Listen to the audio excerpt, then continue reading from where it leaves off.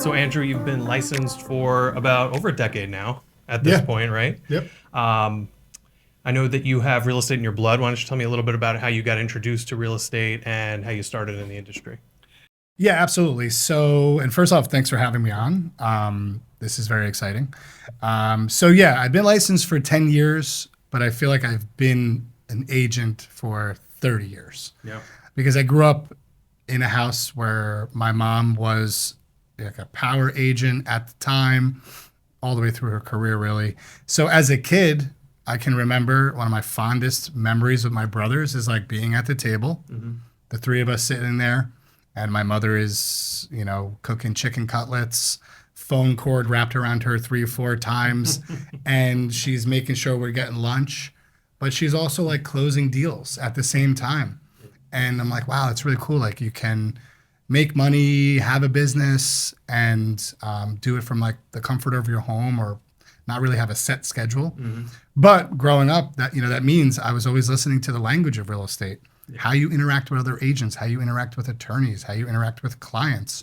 So yeah, by the time I actually got licensed, I feel like I had already lived a life of like learning about real estate and You've been through it going already. to It my was mom's just open it made it houses. official, I guess. Absolutely, right? So yeah, it definitely feels like it's in my blood, and I like to say, I'm a second generation agent.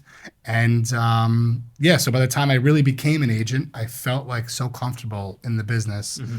in communicating with others, and really feeling like I knew what I was doing. Yeah. How do you feel that your business has evolved over that time? How do you feel that things have changed as you've kind of crafted your own vision? Yeah, so I certainly had to create my own path in the business, especially when you are, the son of an agent who is a very popular, well known person, right? And there's other agents out there who have parents who have been in the business where you have to kind of create your own path, right? And prove yourself a bit. So over the years, I've really honed in on the fact that my business is extremely referral based. Yeah. Right. So I work with people, I do a great job, they refer me to others, and it keeps building from there. And then more kind of hyper focused has been like the luxury aspect of real estate and focusing on the higher price point properties that deserve a lot of attention Mm-hmm. and coddling and all that. So I do have a team of agents. I have a handful of agents that we work collaboratively, and I like to pass along some of maybe the under $1 million price point properties. I want everybody to be able to eat, so I want everyone working and learning and making money. But yeah, I mean, really just over the years, honing in on that referral basis. Gotcha. Okay. So today we're going to talk a little bit, kind of going into what you were just talking about, a little bit about the psychology behind it. Now you have luxury, you have what you could call, I guess, a traditional under Yeah. $1 million. Of course, what is luxury nowadays? $1 million isn't I really. think it's $1 million. I don't think it's Yeah. a million anymore, but. When it comes to anything with the psychology of it, it comes to emotions and motivations.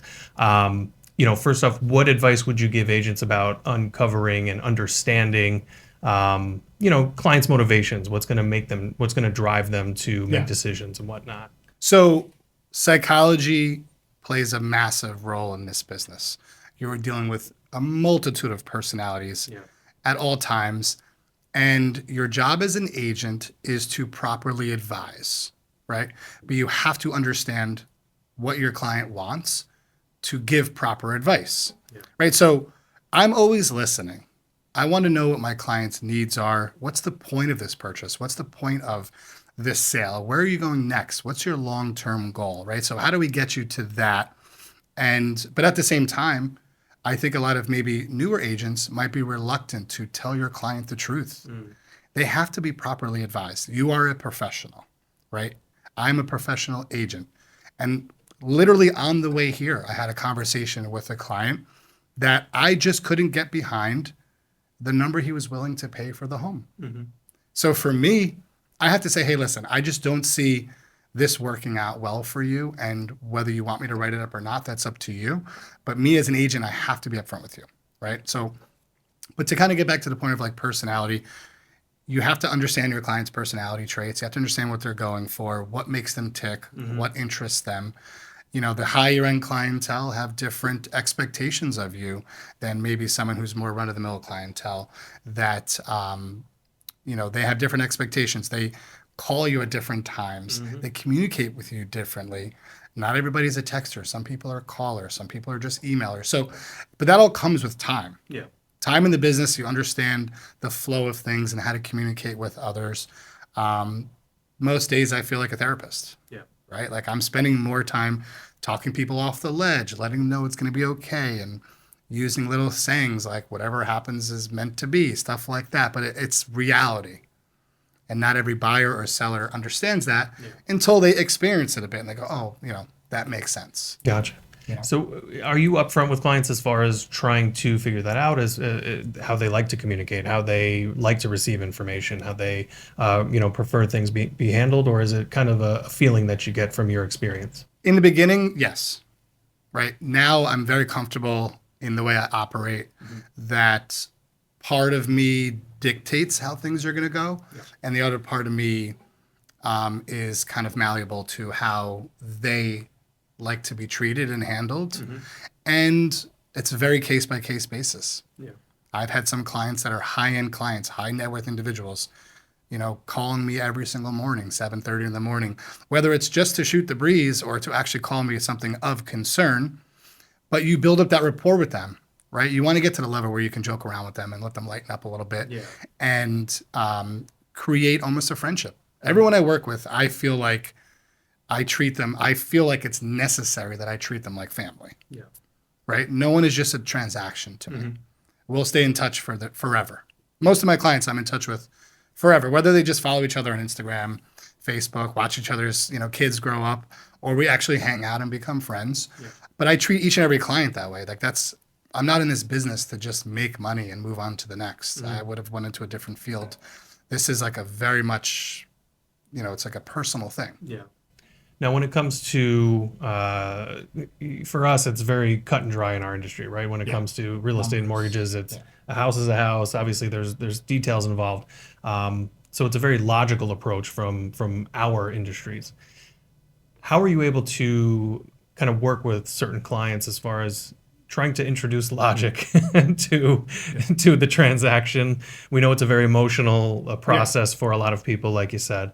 How can we introduce logic and manage their emotions and their expectations to kind of see a bigger picture as opposed to really being and taking everything personally? Yeah. So again, I think the majority of clients that have a level of intelligence to understand this person's not trying to hurt me. They're not trying to annoy me. Yeah. They're trying to advise me. And I can only force someone to take advisement. It's up to them if they want to let it soak in and go, okay, this makes sense. Right. But one of the things I like to do is I like to paint scenarios for my clients, all the possible scenarios, so they can make informed decisions. I play devil's advocate all the time. Yeah. If you do this, there's a chance XYZ could happen. So I want you to be aware. Are you willing to risk your outcome because X and Y have a high probability if you make this decision? So very forward thinking. You have to be thinking of what's going to happen next. Yeah. What's the possibilities in a transaction, whether you're a buyer or seller. Every action has a reaction, right? So I like to paint the picture for them, lay it out there, sometimes in an elementary level way. Yeah. To say, hey, this is what's going to happen. Just breaking it down. Yeah. And you decide what you like.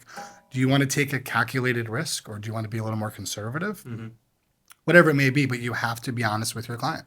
Yeah. You have to tell them, even if it makes you look bad or it could kill the deal. One of the things I always say to my clients is I don't work for money. I work for relationships. And because you build great relationships, then the money comes. So I don't make my decisions based off of commission. Yeah. What's best for my client? What's best for them? They're going to be happy. They're going to tell others. I'm going to get paid. Others are going to use my services.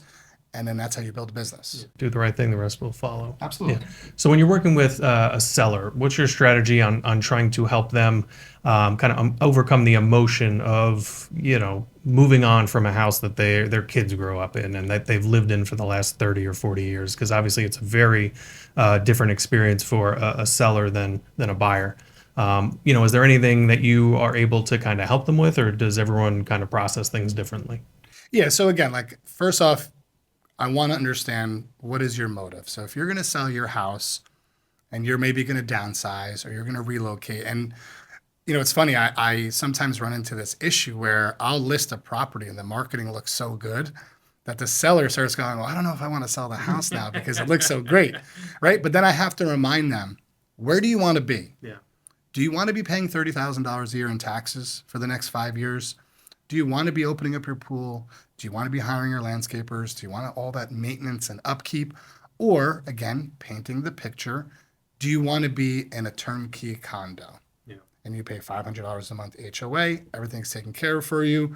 You go to your house in Florida, you lock the door, you leave it behind, and it's much less to worry about, right? So I'm always figuring out where they want to be, and then painting the picture to remind them of what it's going to be like when they get there, because everybody has these concerns. But then if I talk to any of my clients who had concerns that ended up where they wanted to be, if I talk to them 5 years later, they go, it's the best decision I ever made in my life. Yeah. I love not having those high taxes anymore. I love having freedom. I love not having to mow the lawn. Whatever the objective is, they're going to realize. And listen, I don't particularly like to, I'm not an I told you so kind of person. I really don't care that much to be like, see, I told you. I told you it was going to be like that. But I love getting the thank you for the I told you. Like, I like that. I don't ask for things, but I like when a client's like, Andrew, you were right.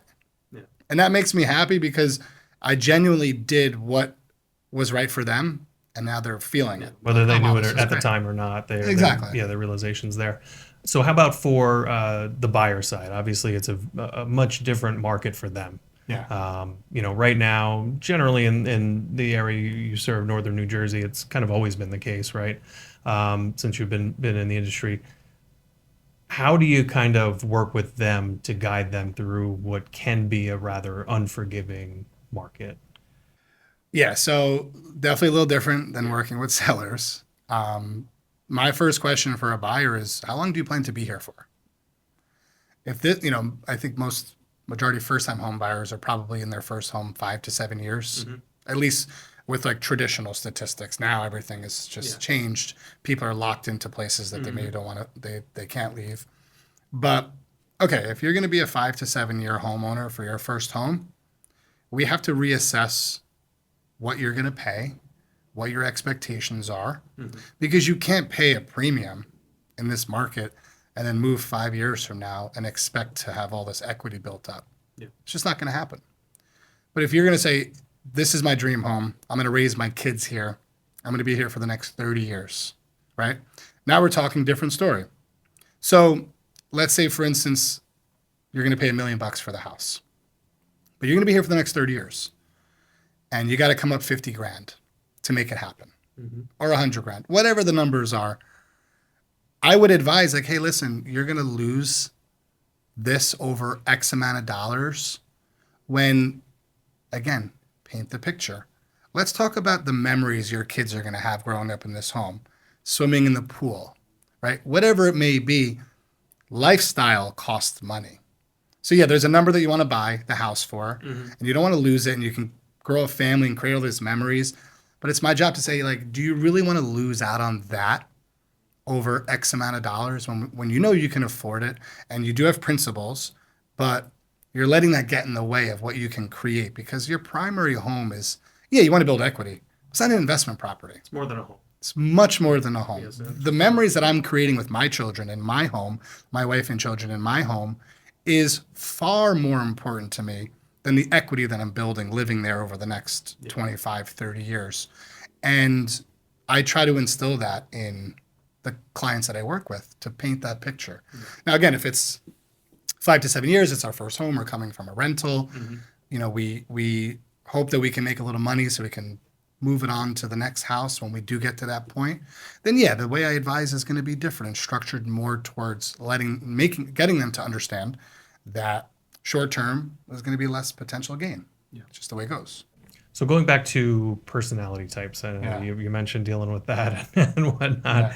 How can you really assess an individual's personality and what's gonna work for them as far as whether it's buyers or sellers? Because I assume you've seen the gamut from the nicest people on earth to, I assume, maybe the craziest, maybe not. But how do you kind of work with all of those and sometimes on the same transaction? Yeah. Sometimes individuals who are buying together, like a husband and a wife, and they just have completely opposite personalities. How do you manage that? So, I mean, I think that like I like to consider myself a very self-aware person, and I am always picking up on people's personality traits, how they communicate, how they carry themselves. So I'm just immediately kind of gaining intel when I'm communicating with my clients. And it's all stored in my head. I know this particular client's this way, his wife maybe is this way, or vice versa, whatever it may be. But I'm always mentally noting that. It's very important to me to know who I'm dealing with, what their personalities, especially if I'm dealing with like a divorce scenario, right? It's a really tough position to be in as an agent. You're representing both. You do not ever pick sides. You communicate with them, together, right? But one might one might be a little difficult. One might be easygoing. Sometimes they fight in front of you, right? Whatever it may be. That's why we are like, the last thing I do is sell houses. That's like the easiest thing. I'm a mediator. I'm a therapist. Exactly. But again, an agent who hones in and really pays attention and then focuses on how they can utilize the intel that they have about their clients is going to do the best job at navigating this madness of a business that we're in. It's very much like a maitre d' or something like that. My job is to just make sure everyone's cool, everyone's being seated at the right time, and everyone's happy. And when you need water, I'm giving you water, whatever it may be. Like, that's why it's just like a constant thing that I'm just always paying attention to, that helps me really figure out my clients and how I should be communicating with them. But it's ever evolving. Because personality traits are just always changing. And obviously something that comes over time and with experience. Can you think of any examples in particular, maybe one that you just kind of were able to overcome, something in what we just spoke about, that was able to kind of push things through, where you either had unreasonable side on the seller or the buyer side? Anything that really stands out to you? Without getting too particular. I want to think carefully, because like there's just always... Maybe generally speaking, you can use very general terms for it. I'll tell you this, as an agent, it's a slippery slope, but when you do it properly, dual agency is a great thing. So I do a handful of deals throughout the year. I mean, more than a handful, probably 40% of my business is I'm on both sides, representing both sides. So without getting overly specific, I have many times run into situations where I'm representing a seller, representing a buyer. Buyer has specific needs, seller has specific needs or expectations. And it's a delicate dance. But again, that's like when you're authentic with your clients, they will have a much easier time taking your advice. Right? So if I have a client who's on me about inspection related issues and the buyer has expectations, but maybe in this particular case, the buyer is also selling his house with me. And in this market, it's hard to have your cake and eat it too. So I just always remind my clients, hey, listen, like, I understand that this is upsetting you, and don't get me wrong. Like, I'm doing my best to represent you. I'm also representing the seller, but let's not forget that you're selling your house, and the buyers of your house have to eat it, right? So you're getting it over here. It's going to be hard for you to get it here. You have to understand that this is just the way it goes, right? So just kind of coaching them through it and coming up with some type of solution that makes everybody happy. And as an agent, like, you're always coming up with ways to say, okay, well, you know what, like, why don't you do this and you can do that and everyone will be happy, and maybe I have to do this as the agent, and whatever it may be. But I've certainly had clients that have high expectations that will make that very clear to me. But in a lot of cases, a lot of people are more bark than bite. So like, they'll come off like, you better figure this out. I'm like, yeah, no problem. I got it. Right.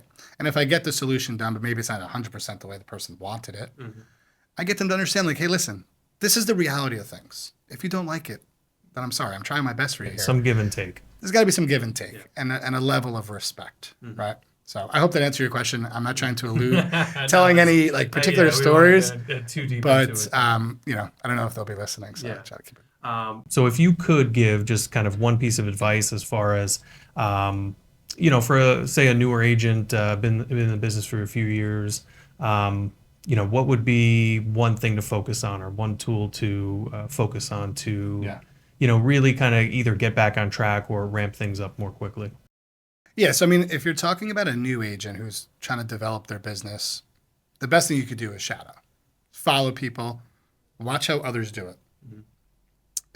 I work for Keller Williams, my brokerage that I have my license at is Keller Williams, Valley Realty, and Woodcliff Lake, right? So I have a team, the Gangi Group.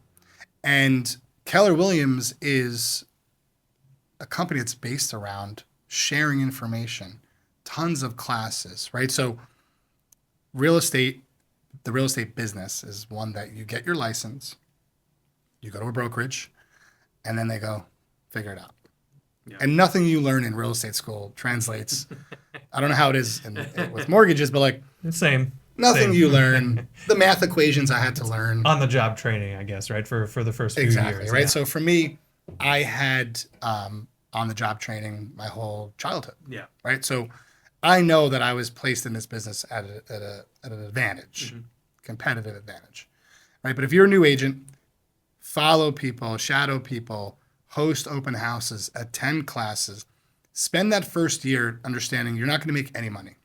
It's not about making money. It's about gathering intel, understanding the business, learning the process, right? And I'm sure we'll dive into process, which is something that I've developed for agents.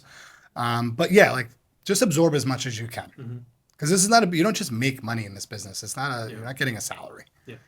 It's almost like a paid training for the first year or so. But if you link up with the right person that's willing to give you the info that you need, help you learn, and along the way throw you some clients and help you develop your business, that is worth more than anything, more than those 2 or 3 checks or commissions or closings you could have had in your first year. Just learn as much as you can. Yeah. Sit open houses, meet buyers, buyers buy homes, buyers turn to sellers, sellers sell homes. And you want to basically like corral them all as much as you can. Yeah. Right? That's how you build a business effectively from the ground up. If you're a new agent, don't waste your money on running ads and, spending money on the internet to reel in cold leads because you don't have anything to back it up. You have no sales, you have no listings sold, you have worked with a few buyers maybe, right? So really build it grassroots, ground up, organically. And then that's how you build a referral-based business is organically. Yeah. Gotcha. Right. So speaking of process, I know you spent a lot of time, a lot of resources on developing it's a kind of a program that's built around a few different tech platforms. Yeah. Why don't you kind of tell us a little bit about that? Yeah, absolutely. So even before I was in the real estate business, I was always very systematic.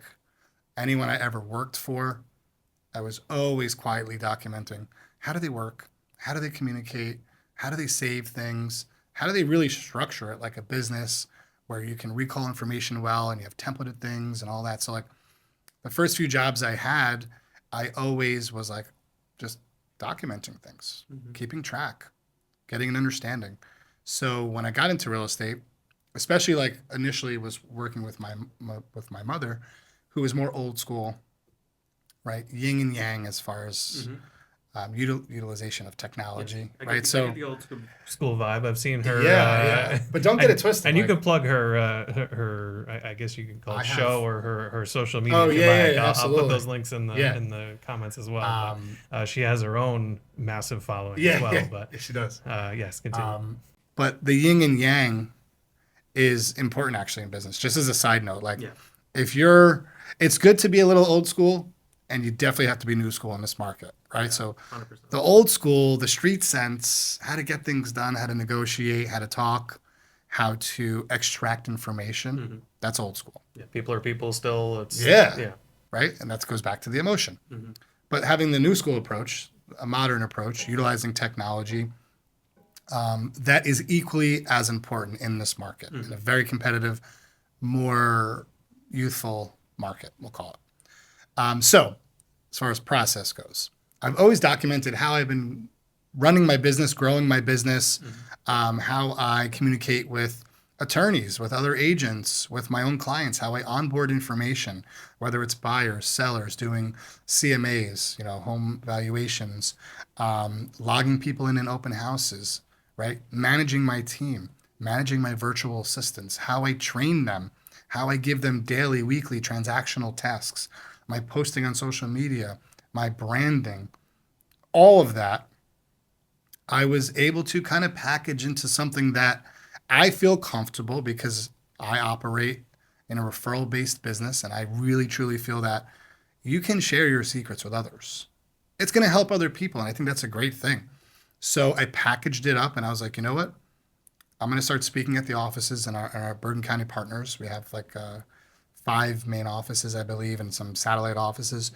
Get me in front of 30, 40, 50 agents at a time, and let me talk to them about what I've developed that they can instill in their business.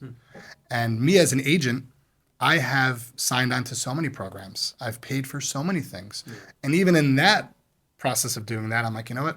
I didn't like how they onboarded me. I didn't like that I had to do so much legwork. So I developed something called Process, which you could just go to andrewgangi.com or andrewgangiprocess.com, either or. And it has all the information there. But essentially, it is something that I've packaged together that I implement directly into an agent's business, building them out all the systems, all the models, providing them with all the templates, all the know-how to really run a structured real estate business like a true business. So someone who has something to build off of can really kind of leverage up much more quickly with Process. Absolutely, yes. But also smaller teams, kind of teams like mine, right? 5 agents in total. I think there are plenty of teams out there that don't have a systematic approach. They don't have a way for their agents to all be in communication with each other. They're not utilizing platforms for task management, right? So that is all aspects of Process has kind of collected all those different, right? So I utilize lead capture with jot forms, right? So I built out all these custom lead forms that I could use to onboard buyers and sellers and open house leads that integrate with Monday.com. So I built out all these custom boards on Monday.com. Monday is fantastic, right? So I built out all these custom boards on Monday.com that are all templatable, right? So I'm able to transfer them to another person. They can operate right in there. It's perfect for them. Keller Williams also has this proprietary CRM called Command, right? So within Command has a few different components to it. One of them being the opportunities component. So you can actually track your business and see where your transactions are, what stage they are in the game. So what I did was I said, okay, well, as an agent, there's not 5 to 10 little things you do for each transaction. There's 80 to 100 things you do. And when do I do them? At what stage in the game am I doing them? So I literally created a timeline of from when I meet a client to when I get paid. What goes on between? And it's like a timeline. I look at a transaction linearly from left to right. And I said, okay, well, at the beginning of a transaction, these are some of the stages. And then in the midst of the transaction, these are some of the stages. And then as you're approaching closing, those are some of the stages, right? But within each of those stages is a set of checklists. So I developed all these different checklists. And then within those checklists, they'll point to say, okay, well, you're going to use Canva now, or you're going to use Monday now, or you're going to use Jotforms now. So it's literally just follow along.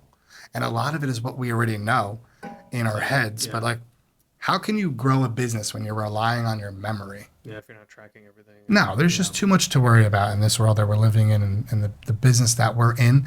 You cannot rely on memory. You will inevitably forget things, right? And what separates a good agent or a great agent from a subpar or just a decent agent is the attention to detail. Do you think if I have someone who wants to spend $2 million to work with me, if I continuously forget something, they're going to be excited to work with me? Absolutely not. They don't have time for that. It's my job as the agent to manage everything. So I have all my back-end systems in place. It allows me to not make those mistakes or fumble at all. Right? So to kind of wrap up the point on Process, as far as the demo it's for everybody, but it's for people who are producing, who are doing business, but are just maybe at a plateau. They're finding it hard to get to that next level. And they might want to be systemized or have all these systems in place. They most likely don't have the know-how of like how to, it took me years, but also months to create process. How do I create something that's transferable to others, understandable by others right off the bat, creating all these guides and these explainer videos and all that. But even if you could come up with 34 custom boards for Monday.com and 16 branded forms and job forms and whatever it may be, do you have the time to do it? Most likely not. So that's why I said I'm going to develop something that not only I can transfer to others, but I can integrate it for them. So it's done, right? And then once it's complete, we have those success consultations where we sit down and talk about each facet of what I instilled in their business, how it works for them, and how they're going to utilize it moving forward. And not to, to direct them from not going back to old habits, right? Because once you get into it, it's like creating a new habit, right? It takes, what is it, like 3 weeks or a month or something? Once you create a new habit, that's your new habit. It's much harder to go back once it's set in stone. This is how I operate now. So I'm very much like that. I operate very specifically. And as you grow your business and you have a little more bravado about it, like you can let your clients know this is how I operate. And they will respect that because you have a system in place and this is how you run your business. No one's going to dictate to me how I run my business.